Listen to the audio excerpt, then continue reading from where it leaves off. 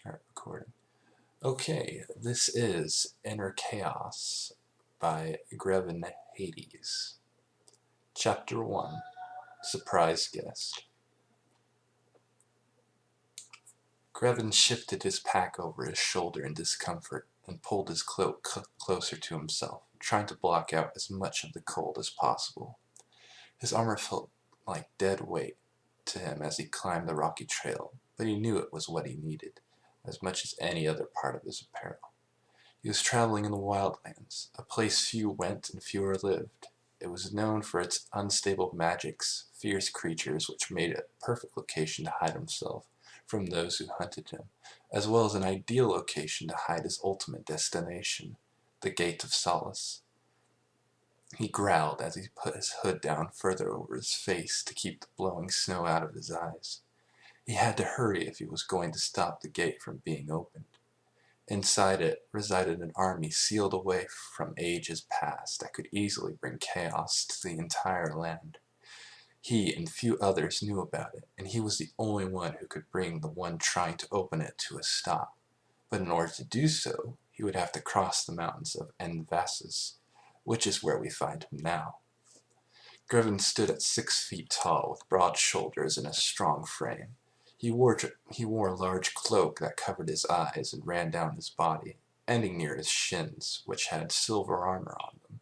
The cloak was wrapped around his arms, on which he wore silver gauntlets with red gems, as well as gloves, and on his torso he wore silver-looking armor with the symbol of a shield with angel wings framing it.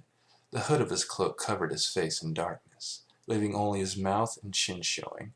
He had a large traveler's pack hefted over his back, and 2 swords, one on his hip and the other strapped to his back as well.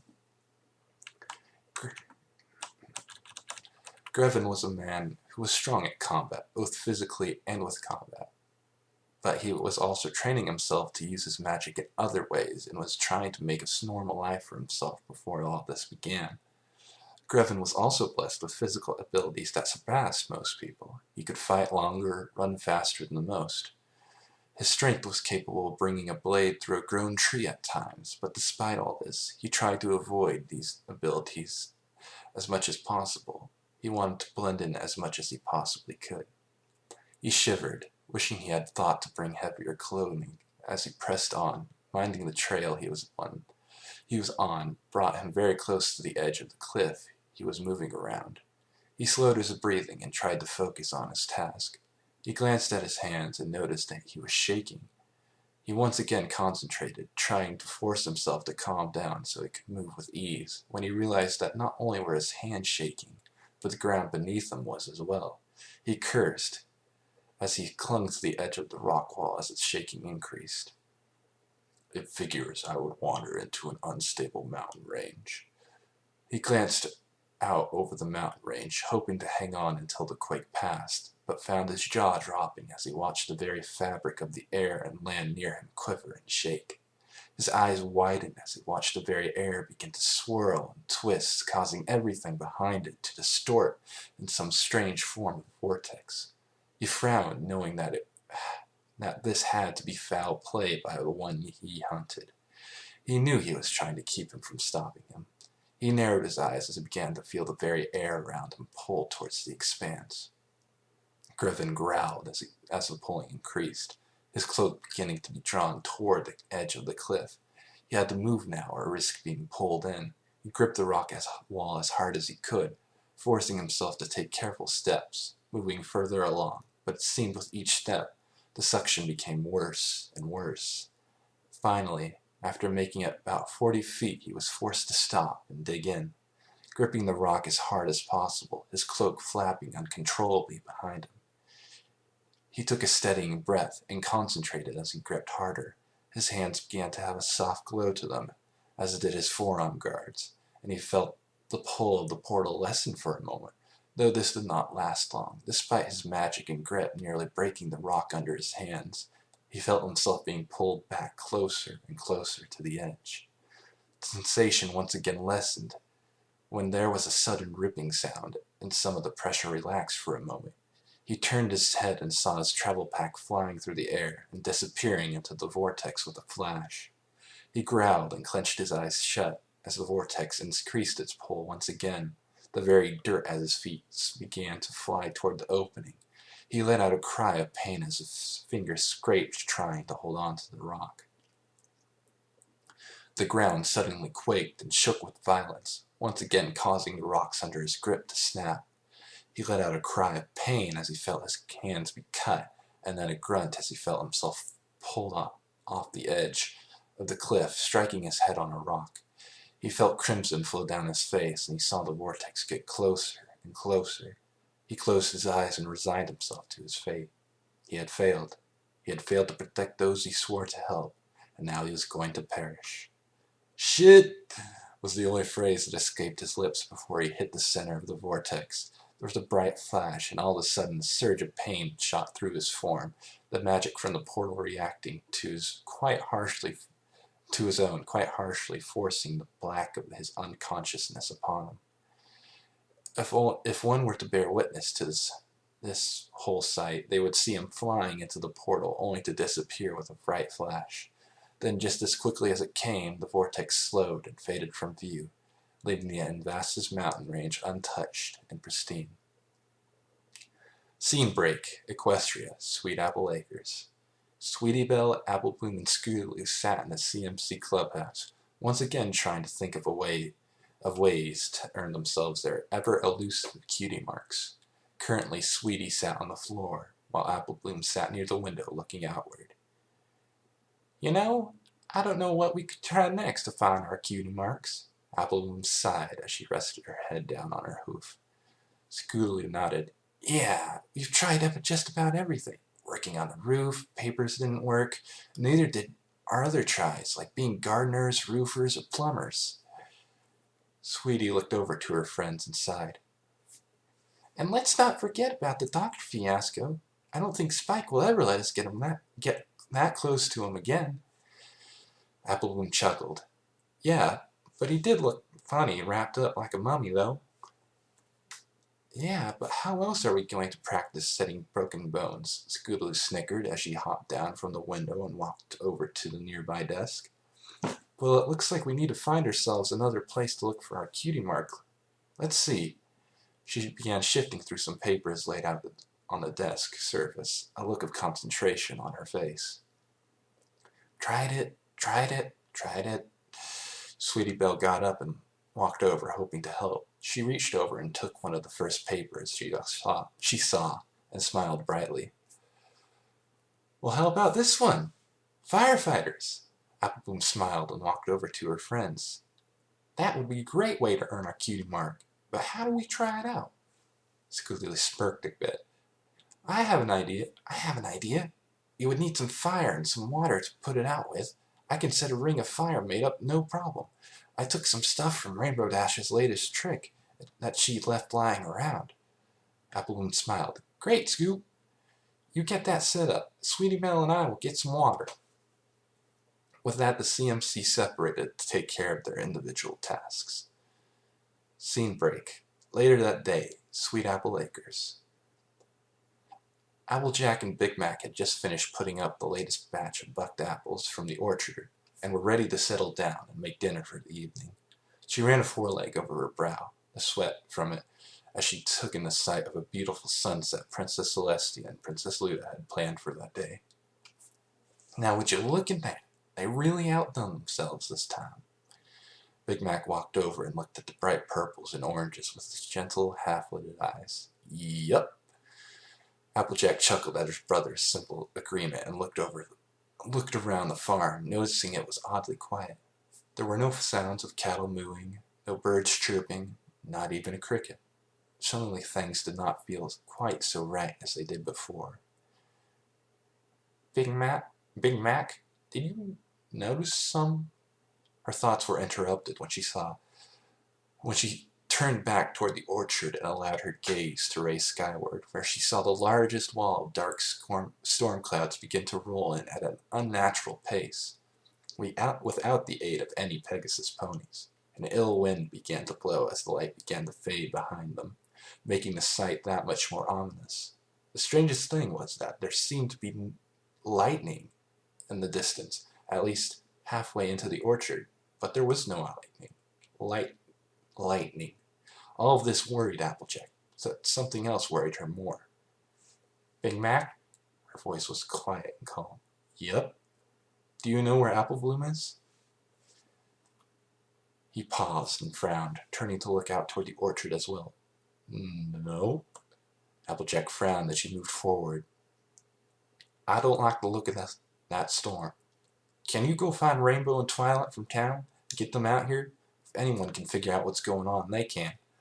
I reckon Apple Bloom is at her clubhouse with her friends. I'm gonna go check on them before that storm gets too bad. Yep. Big Mac had already turned and was galloping his way towards Ponyville at a brisk pace. Applejack pushed her trademark Stetson hat firmly onto her head and reared back before galloping full force into the orchard, heading straight for the CMC clubhouse. She knew that she'd find her sister and her friends there. Fear gripped her heart as she saw something else unwelcome in the orchard. Smoke, black, billowy smoke, coming from the distance, close to where the clubhouse was supposed to be. She lowered her head, gaining speed, hoping that the girls were all right. As she ran, she looked up once again, following the smoke into the clouds, and did a double take as she saw something large fall from the sky into the orchard. Near where the smoke was originating from, she shook her head, refocused herself on the task, finding Apple Bloom and the other CMCs, and making certain they were safe. Scene break, Sweet Apple Acres, near the CMC clubhouse. Grevin woke to the sensation and sound of wood breaking under him as he hit a tree, his body screaming at him in pain as he slammed into the firm ground, the sensation almost making him pass out once again. He lay there a moment as he felt the familiar sensation of the wind whipping all around him, a sure sign of the storm. Slowly, he forced himself to sit up, moving close to a nearby tree, using it to rest his back against while he checked himself over. He looked around slowly, making certain his neck and back weren't injured, which surprisingly they weren't. In fact, as he sat there, the pain that flowed through him began to fade and leave. This allowed him to take in his surroundings more properly. He took a quick glance around and found himself in what appeared to be a fruit orchard filled with apple trees. He couldn't help but notice that even in the dim light of the evening, the colors of the trees, the apples, and even the ground he sat upon were brighter than what he remembered them being before. Rising to his feet, he took in a slow, deep breath and paused, as a familiar smell came to him. First, there was the wonderful smell of apples, with a hint of wild grasses, but then washing over it was the smell of smoke, pungent and harsh. He glanced around quickly, looking for the source, hoping that there was a campsite nearby it was from, was filled with people who wouldn't want to fight with him. However, as he turned, his gaze brought him to another sight which filled him with concern. In the distance was a small treehouse that was clearly meant for children to play in, with smoke billowing out of it, its windows and a few holes in its roof where he could see small hints of orange and red flame. He didn't hesitate breaking into a run, hoping that there was no one inside, but his gut instincts told him otherwise. As he got closer to the treehouse, he heard the faint crying of at least one little girl, as well as loud coughing. Throwing caution into the wind, he leaped into the air, latched onto an open window ledge, wincing as the heat from the flame burned his fingertips. He pulled himself through the window, rolled up to the floor into it, ending in a kneeling position. He looked around quickly, hoping to find the girl and get her out as quickly as possible. Hello? Is anyone in here? I'm here to help. Over here, came a weak cry from behind a desk on the far side of the room. Moving as quickly as he could while avoiding the fire on the floor and ceiling, he made his way over to her. He reached the desk and pulled it aside without a second thought. Quickly, we must get you out of here. He paused a moment when he saw two sets of eyes on him, both of which belonged to small, colorful creatures unlike anything he had really seen before. Two of them, one orange with purple hair and one white with purplish pinkish hair, stared up at him in fear, but he noticed that they stood in front of another one that was yellow, had red hair, and a bow in her hair. He knew that they didn't have time to wait. I know I may seem strange, but I'm here to help. Will you let me help you? The orange one moved forward. Yes, please. Our friend Applebloom is hurt. He nodded. Very well. He glanced over his shoulder, noticing the fire getting stronger. Turning back to them, he didn't hesitate, leaning down and scooping the three fillies up, despite scared whimpers that came from them. For the next few moments, you must trust me. They stopped shaking instantly, and he wasted no time making a run for the open window. He bounded across the floor, the boards groaning under the weight and motion. Just as he reached the window, there was a sudden flash of heat. He felt something strong hit his back, throwing them all out of the window. He kept his grip on the girls, tucking and rolling as they fell, so when they all hit, he landed back first, and they used him as a cushion, knocking the wind from him. The two fillies pulled their friend off him and away from the flame as he grunted and sat up, pulling his cloak back over his armor.